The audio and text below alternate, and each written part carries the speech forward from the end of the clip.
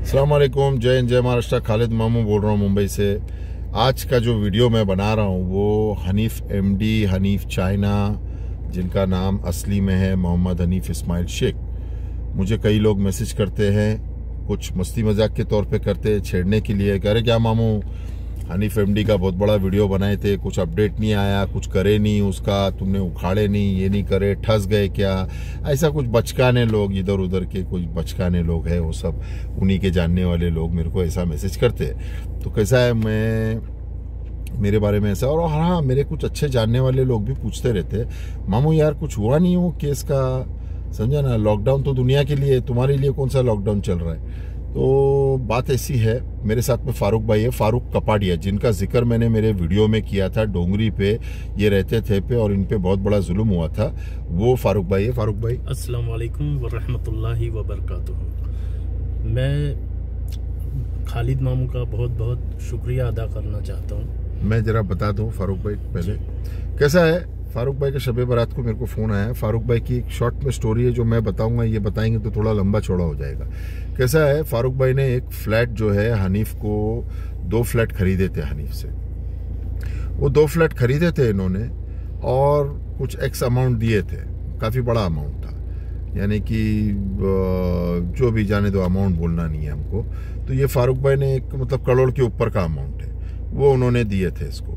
उसके बाद में हनीफ भाई ने जो है फ्लैट को ट्रांसफ़र करे नहीं, बोले नहीं। पहले तो ताबा नहीं दिए, पैसे ले लिए थे दरगाह में बैठ के, अल्लाह का वास्ता और बाबा का वास्ता और सब ये सब नाटक करके पैसे ले लिए थे इनसे, और बोले भाई अभी ताबा तो मैं दूंगा नहीं, कोई अंदर बैठा है। तो इन्होंने जो अमाउंट में खरीदे थे वो अमाउंट पूरा दे दिए थे। उसके बाद में बोले भाई ताबा चाहिए तो तेरे को 40 लाख रुपये और देना पड़ेगा, क्योंकि अंदर जो आदमी बैठा है, ये बिल्डिंग है रहमानिया टावर्स डोंगरी। बोले भाई तेरे को जो पैसा अगर ताबा चाहिए तो और 40 लाख देना पड़े। तो इन्होंने बोले भाई जो बात में हमारा डन हुआ था वो हमने दे के ख़त्म कर दिया। मैंने जो अमाउंट पे कमिटमेंट किया था कि 2 फ्लैट आपसे खरीदूंगा, मैंने वो अमाउंट पैसे दे दिया, उसकी अब वैल्यू करोड़ के ऊपर है। अब आप बोलते हो 40 और देने, मैं कहाँ से दूंगा? बोले नहीं भाई वो तो है नहीं, तो जाओ उखाड़ ले, ये वो वगैरह वगैरह, जो भी इनकी कहानी तकलीफ है। तो उसके बाद में फिर ऐसा हुआ कि भाई इन्होंने ब्याज पे पैसे लेके दे के जो भी है, यानी कि 40 लाख रुपया अदा कर दिए, पोजेशन मिल गया। फिर 1 साल निकला, बोले भाई मेरा नाम पे तो फ्लैट ट्रांसफ़र कर दो। तो बोले नहीं भाई वो तो मैं नहीं करूँगा, ऐसा नहीं वैसा नहीं, आपको 20 लाख रुपया और देना पड़ेगा। अब वो फ्लैट जो अमाउंट बोले थे 65-70 लाख ज्यादा देना पड़ा उसका। फिर भाई कुछ और भी बातें हैं, पाकिस्तान में किसी से बात कराए, घोड़ा दिखाए, नूरबाग के इधर, ये सब नाटक किए। ये बेचारा जरा सीधा आदमी है, शरीफ आदमी है, समझे ना? तो बेचारा डर गया, घबरा गया, बोले बच्चे को गोली मार दूंगा मैंने मेरे गए वीडियो में भी बोला था इसके बारे में। तो बोले भाई बच्चे को गोली मार दूंगा। तो ये आदमी डर गया, मेरे बच्चे को कोई गोली मार देगा। तो ये कई साल से सोए नहीं है। जिस दिन से ये घर का डील हुआ है, एक तो ज़िंदगी भर की जमा पूंजी इन्होंने लगा डाले इसमें। उसके बाद में ऐसा हुआ कि भाई पूरी ज़िंदगी भर की जमा पूंजी लगाने के बाद में अब ये आदमी बोलता है फाइनल। अब आप सुनिए कितनी मज़े की बात है। ये हम मुंबई की स्टोरी बता रहे हैं, डोंगरी की स्टोरी है। ये उत्तर प्रदेश की नहीं है, ये बिहार की नहीं है, ये पटना और मुजफ्फरनगर की नहीं है। ये मुजफ्फरपुर कौन सा अंडरवर्ल्ड बहुत ढां गोली चलती है ना, वो वाली नहीं, हमारे डोंगरी की एरिया की बात है, जहाँ पर डोंगरी पुलिस स्टेशन भी है, क्राइम ब्रांच भी है, कमिश्नर भी है, डेप्यूटी कमिश्नर भी है। ये वहाँ की कहानी है, और जिसके साथ बीती है वो आदमी यहाँ बैठा है। आप सुनिए, 1 करोड़ फलाना अमाउंट में डील हो गई, भाई वो दे दिए। पोजेशन चाहिए 40 लाख और दो।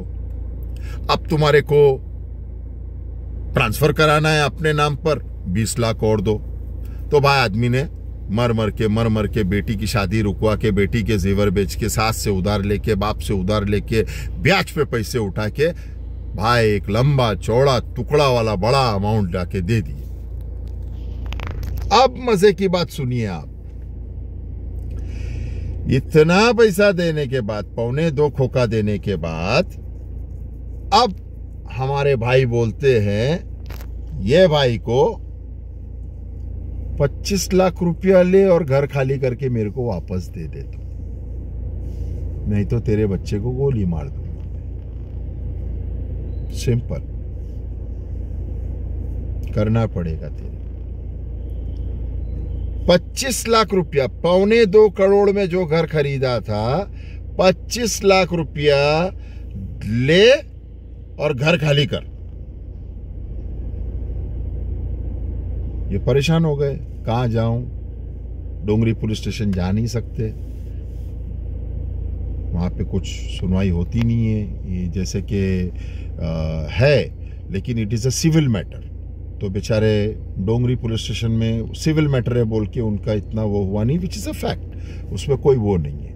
और क्रिमिनल तो है नहीं मैटर, भाई तुमने पैसा दिए, तुमने लिया, अभी वो बोल रहा है प्रूफ लाओ, ये लाओ, कानून का काम करता है। डोंगरी पुलिस स्टेशन माशाल्लाह अपना अच्छा काम करती है, या कोई भी पुलिस स्टेशन, लेकिन यहाँ पे सिविल मैटर आता है। तो खैर वो बोले नहीं भाई कुछ नहीं होगा। एनीवे आदमी परेशान। शब बारात की रात को इन्होंने मेरे को फ़ोन करे, बोले खालिद भाई मैं फ़ारूक कपाड़िया, आपने वीडियो में मेरा नाम लिए थे भाई, मैं बहुत परेशान हूँ, ऐसी सी बात है, मैं एकदम थक गया हूँ, हार गया हूँ, आत्महत्या करने के ऊपर आ गया हूँ, ज़िंदगी भर की पूंजी दे दिया हूँ। अब ये मेरे को फ़ोन करके बोलते हैं, जिनकी रिकॉर्डिंग, उसमें कुछ लेडीज़ लोग भी इन्वॉल्व है, और हमारा कैसा है मालूम है, बीवी तुम्हारी हो तो मेरी बहन, माँ तुम्हारी हो तो माँ मेरी, तुम्हारे घर की औरत मेरी माँ है, या तो मेरी बहन है, या तो मेरी बेटी है, मैं जो मेरी माँ की इज्जत करूँ वो मैं तुम्हारी माँ की। तो इसमें कुछ लेडीज़ लोगों का भी फ़ोन कॉन्वर्सेशन रिकॉर्डिंग, वो अपन ने नहीं उछाले उस बात को, क्योंकि हम मर्द लोग हैं, हम लड़ते तो मर्द की तरह बोल के सामने से, रोक बैठो, तू मार या मैं मार, तू चल पुलिस स्टेशन, मैं चलता पुलिस स्टेशन, तू चल कोर्ट। मेरा कैसा है मालूम है, इंग्लिश में कहावत है, you want to walk the walk, you want to dance the dance, let's do it. तेरे को चलना है, चल के चलेंगे, तेरे को डांस करना है तो अपन भी डांस करेंगे साथ में, अकेला नहीं छोड़ेंगे तेरे को। तो कैसा है मालूम है, फारूक भाई के साथ में ऐसा हादसा हुआ। मेरे पास फारूक भाई शब बारात को आए, बोले खालिद भाई, शब बारात को फ़ोन किया रात को 12 बजे, बोले ऐसा है, रो के मेरे को बताने लगे, बोले मैं बर्बाद हो गया, अब खालिद भाई मैं 25 लाख रुपये में मेरा घर वापस दे के मैं किधर जाऊँ, मेरे बच्चा भी मेरे लिए प्यारा है, मेरे बच्चे को अगर कोई गोली मार दिया तो मैं क्या करूँगा खालिद भाई, ये घर मेरे किस काम का, मेरे नन्हे से बच्चे को अगर किसी ने गोली मार दिया, मेरा एक जवान बेटा है, उसको अगर किसी ने गोली मार दिया तो मैं क्या करूँगा। मैं बोला कुछ नहीं, गोली वोली देख लेंगे, ये कोई क्रोसिन या सेरेडोन या एनेसिन की गोली नहीं है जो कोई भी मार देगा। बम्बई में कानून जिंदा है, डोंगरी पुलिस स्टेशन जिंदा है, डेप्यूटी कमिश्नर जोन 1 जिंदा है, क्राइम ब्रांच जिंदा है, कमिश्नर ऑफिस जिंदा है। किसी के बाप का राज नहीं है कि कोई भी किसी को गोली मारेगा और चले जाएगा। तुमको अगर मेरी मदद चाहिए, पहले तो मर्द बन के मेरे साथ में लड़ने का, डरने का नहीं। या तो डरो, लो अनिप भाई लाओ 25 लाख रुपया, 1.25 करोड़ का घर मैंने 25 में आपको वापस रिटर्न कर दिया, जाओ एंजॉय करो मेरे 1,50,00,000 रुपया, 1,50,00,000 आप एंजॉय कर लो।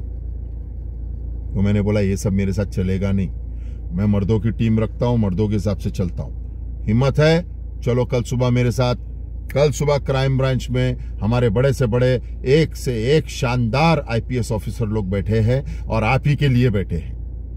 चलो डोंगरी पुलिस स्टेशन, सीनियर साहब बहुत अच्छे हैं वहां के, जरूर आपकी सुनवाई होगी। अगर आपको कोई बंदूक दिखा रहा है, आपने बोला, आपने नहीं बोला, इसलिए नहीं बोला, आप डरते थे कि मेरे को कोई नहीं, आपको बताना पड़ेगा। Civil is civil, criminal is criminal. जब आप बोलोगे कि ये देखो मेरे को पाकिस्तान से बात कराया फोन पे, जब आप बोलोगे मेरे को रिवॉल्वर दिखाया, तो पुलिस क्रिमिनल इन्वेस्टिगेशन करेगी ना। आप बोलोगे मैंने 1 करोड़ दिया, 50 लाख दिया, 60 लाख दिया, 10 लाख दिया, वो क्रिमिनल मैटर नहीं है, वो सिविल मैटर है। तो फिर जाके अल्हम्दुलिल्लाह वेरी नेक्स्ट डे मॉर्निंग शब बारात की। एक बात और मैं बोलना चाहूँगा, बहुत अफसोस की बात है, शब बारात की रात क्या होती है। जितने भी मुसलमान ये वीडियो देख रहे, मैं अपने आप से बोलता हूँ, गुनहगार से गुनहगार शख्स हूं मैं, मगर गुनाह की माफ़ी मांगता हूँ। या अल्लाह मेरी मग़फ़िरत करा देना, या अल्लाह मेरी गुनाह को माफ़ कर देना तू। या अल्लाह तू गफ़ूर रहीम है, या अल्लाह तू मालिक यौमुद्दीन है, मेरी गुनाहों को माफ़ करना। शब-ए बारात की रात, मगर शब-ए बारात की रात को इस आदमी को फ़ोन करके बोले नहीं भाई कल खाली करना पड़ेगा तुमको। और भी कुछ बहुत सारी बातें हैं जो मैं डिस्कस नहीं करना चाहता हूँ इसमें। बहरहाल क्राइम ब्रांच में बहुत ज़बरदस्त इन्वेस्टिगेशन हो रही है इस बात की। अल्हम्दुलिल्लाह शुक्रगुजार हूँ। सलाम हमारी मुंबई पुलिस को। और भी कुछ डिपार्टमेंट्स है जिसका मैं जिक्र यहाँ नहीं कर रहा हूँ, जो इसकी बाल की खाल निकालेगी बात की। फारूक भाई ने कमिश्नर ऑफिस में और तमाम ऑफिस में ये भी लिख के दिया हुआ है कि मैं नार्को टेस्ट लेने तैयार हूँ। मैं नार्को टेस्ट वो होता है कि भाई दवा देकर पूछते बोल बोल तू कौन है, क्या नाम है तेरा, क्योंकि उसमें आदमी झूठ नहीं बोलता है। भाई हमारा लाई डिटेक्टर टेस्ट लेने को तैयार है, वो हम सारी कार्रवाई कर रहे हैं।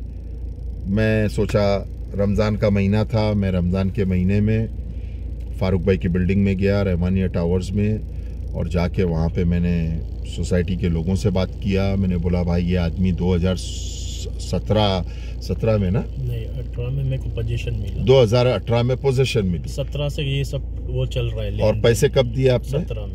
2017 में पैसे दिए, 2018 में पोजीशन मिला, और अब 2020 चल रहा है। आप सोसाइटी वाले इस जगह को आप ट्रांसफ़र क्यों नहीं कर रहे हो, क्या वजह है इसकी? तो बहुत सोसाइटी वाले भी आनाकानी कर रहे थे। मैं बोला देखो भाई, जो सोसाइटी बायलॉज होते हैं ना, मैं एक पढ़ा लिखा आदमी हूँ। सोसाइटी बायलॉज जो होते हैं ना, वो ये नहीं कि नुक्कड़ पे गली में नागोरी में बैठ के रात को बायलॉज बना ले। मैं बोला वो नहीं चलता। रात को लुंगी खाए, पान पिए, पान खाए, एक लुंगी पहने, मस्त पान वान खाते हुए, दूध पीते हुए बोले भाई हमने बायलॉज बनाए। नहीं, बायलॉज किसी के बाप का नहीं होता है। आपको बाय लॉज ये काम करना पड़ेगा। ये आदमी के पास ट्रांसफ़र सर्टिफिकेट है, ये आपके पास सारे डॉक्यूमेंट्स है, ओल्ड कस्टम्स के डॉक्यूमेंट्स है, आपको ट्रांसफ़र करना पड़ेगा। यहाँ तक का सोसाइटी के कुछ लोग, नाम नहीं बोलूँगा, बेचारे डरते हैं, सीधे साधे काम करने वाले लोग हैं। बोले भाई खालिद भाई अगर हमको कोई गोली वोली मरवा दिया, कुछ करवा रहे हैं। मैं बोला क्या गोली तुम लोग करते हो यार? मैं तुम्हारी गली में अकेला आया हूँ, डोंगरी के अंदर अकेला आया हूँ। ला इलाहा इल्लल्लाह मोहम्मद रसूलुल्लाह, क्या गोली? मैं तो वेट कर रहा हूँ कोई मेरे को छेड़े, मेरे बाल को धक्का मारे, फिर मैं कैसा करता हूँ मैं देखो। फिर कानून बैठा है, पुलिस बैठा है, हलवा है क्या? फारूक भाई बोलते मेरे को गोली मार देगा, मेरे बच्चे को गोली मार देगा, तो तुम बोलते हो तुमको गोली मार देगा। अरे क्या बाप का राज है क्या? बाप का राज है क्या किसी के कि गोली मार देगा कोई? इतना डरोगे तो फिर जियोगे कैसा जिंदगी में यार? ऐसा थोड़ी होता है। तो खैर मैंने उनको कुछ एश्योरेंस दिलाया डिपार्टमेंट की तरफ से भी कि कुछ भी नहीं है, आप बाय लॉस के हिसाब से काम करो। डिपार्टमेंट में एश्योरेंस दिया, डिपार्टमेंट में थैंक यू, डिपार्टमेंट ने एश्योरेंस दिया आप जो कानूनी कार्रवाई होती है, जो बाय लॉस के हिसाब से जो प्रोसीजर होता है, आप उसको फॉलो करो, आपको कोई गोली नहीं मारेगा। फिर जाके जो है इनका आज अल्हम्दुलिल्लाह शेयर सर्टिफिकेट का इन्होंने ड्यूज भर दिया है। शेयर सर्टिफिकेट इनके नाम पर आएगा। जहाँ तक हनीफ का सवाल है, तो हनीफ को पूरा अधिकार है, कोर्ट में जाए, कचहरी में जाए, वीटी स्टेशन जाए, चर्चगेट स्टेशन जाए, जिधर जाना है जाए, भाई के पास जाए, बहन के पास जाए, खालू के पास जाए, मोमानी के पास जाए, जिसके पास जाना है जा भाई तू, हम लोग देख लेंगे हमारे हिसाब से। फारूक भाई अब आप बताइए। मैं बस मामू का जो है ना शुक्रिया अदा करना चाहता हूँ। बहुत परेशान था, अल्लाह इनको सज़ाए खैर दे, जज़ा अल्लाह खैरन, अल्लाह आपको कामयाबी दे, अल्लाह आपको और हिम्मत ताकत दे कि आप ऐसे ही सबके लिए काम करो, सबके लिए खड़े हो जाओ। आप कितने परेशान थे? 3 साल। बहुत ज़्यादा परेशान था मैं कि मैं नींद की दवाएं भी ले रहा था। अभी डॉक्टर्स, हमारे डॉक्टर है माचिस वाले, उनसे भी मेरा डिप्रेशन का वो चालू था, तो मेडिसिन दवाई चालू थी। आप डरते किस बात से थे?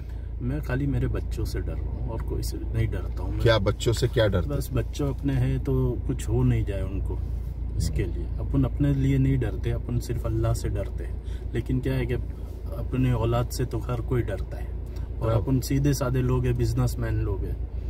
अपन छोटा मोटा कारोबार करते हैं, यहाँ तक के सीधा घर और घर से दुकान, बस अपने को दूसरा कुछ आता नहीं है, इसके लिए ज़्यादा वो हो गया था। अभी सोसाइटी में क्या आपका स्टेटस है? अभी मेरे नाम पे है मेरा घर, मेरा सर्टिफिकेट आ गया, बोर्ड पे मेरा नाम आ गया। सब मामू को बहुत बहुत शुक्रिया। अरे जज़ाकल्लाहु खैरन। भैया को खैर, भैया आपको और ताकत दे, अल्लाह आपको और ताकत दे मामू। आमीन आमीन।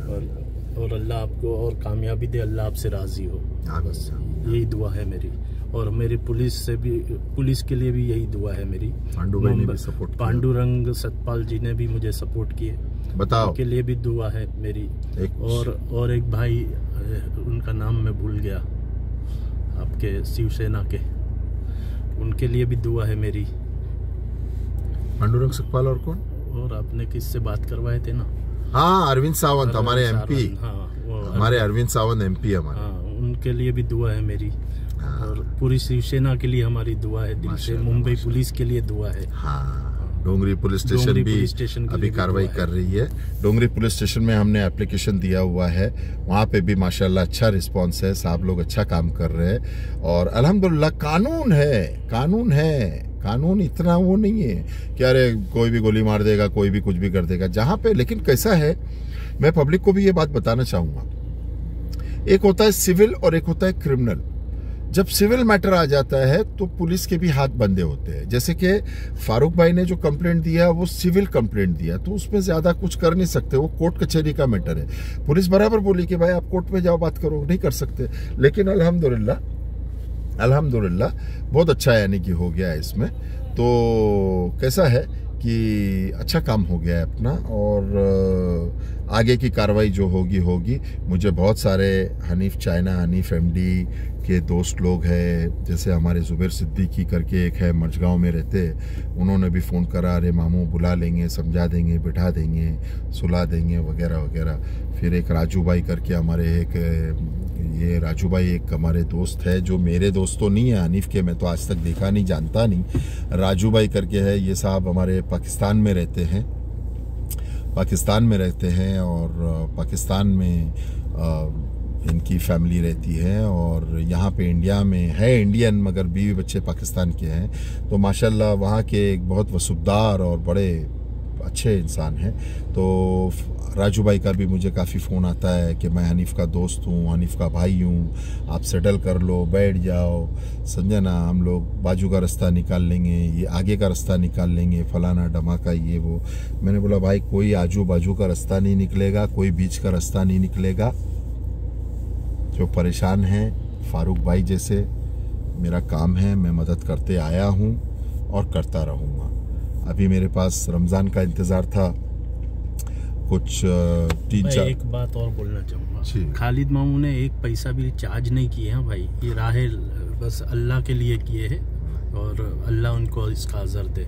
1 रुपया चार्ज नहीं किए हैं। नहीं, क्या पैसे का चार्ज करना है। तो कैसा है, रमज़ान में मैं कभी भी अपनी बड़ाई नहीं कर रहा हूँ, आपसे भी बोलूँगा, रमज़ान में जब रोज़ा रखते हो आप, तो खाली घर में रोज़ा रखो और सो जाओ और नमाज़ पढ़ो, that is not sufficient. Ramzan में कभी भी क्या करना, मैं हर मुसलमान को बोलूँगा ये बात, एक्स्ट्रा बोनस वाला काम करना। जैसे कि मैं तरावी पढ़ के इनकी सोसाइटी मीटिंग में जाता था, रोज़े में इनको क्राइम ब्रांच लेके जाता था, रोज़े में डोंगरी पुलिस स्टेशन ले जाता था, रोज़े में मैं इनको एक डिपार्टमेंट है मुख्तलिफ, जिसका नाम नहीं लेना चाहता हूँ अभी, क्योंकि मैटर अभी वहाँ पे इन्वेस्टिगेशन चालू है, तो मैं वहाँ लेके जाता था। तो ये एक सवाब की गिनती में आता है कि रोज़ा रखकर आप किसी मोमिन की मदद कर रहे हो, भले मुसलमान हो, हिंदू हो, क्रिश्चियन हो, कोई फ़र्क नहीं पड़ता है। मैं मेरी बात को वापस लेता हूँ और समझाता हूँ, ये मत समझना कि खाली मुसलमान की मदद करो, ना ना ना ना ना ना। मैंने एक अरसे पहले एक क्रिश्चियन औरत थी, अंधी थी, बुढ़ी थी, अकेली रहती थी, बेचारी गरीब थी, यहीं हमारे कुलाबा मार्केट के इधर कहीं पर उसका कोई रिश्तेदार था, उसने मुझे बताया भाई मेरे बाइकल्ला में ऐसी एक रिश्तेदार है, अंधी है और इसका कोई है नहीं और बेटा छोड़ के चला गया है, उसको रमज़ान के महीने में मैं खाना पहुँचाना, ये वो। तो ये कैसा है मालूम है, एक्स्ट्रा बोनस काम है। एक वक्त तो ऐसा था कि साला मेरे को कोई काम ही नहीं मिला, मैं बोला यार रमज़ान चालू हो गया, 10वां रोज़ा है, मैं बोला मेरे को कुछ बोनस काम मिल ही नहीं रहा है। तो पता है मैं क्या किया, मैं गया वहाँ पर परेल डॉग हाउस में, कुत्ते लोग के घर है उधर, जहाँ पे सब जंगली कुत्ते वगैरह रहते। तो उधर देखा 2 कुत्ते, ग्रेट डेन कुत्ते थे। अरे बाप रे, इतने दुबले, उनकी चमड़ी उनकी हड्डी को चिटकी हुई थी। तो मैंने वहाँ के डॉक्टर को बोला भाई मैं ये 2 कुत्तों को गोद लूंगा। तो भाई मैं रमज़ान में आता था, वो 2 कुत्तों को खाना खिलाता था, अंडा खिलाता था, दूध मस्त पिलाता था।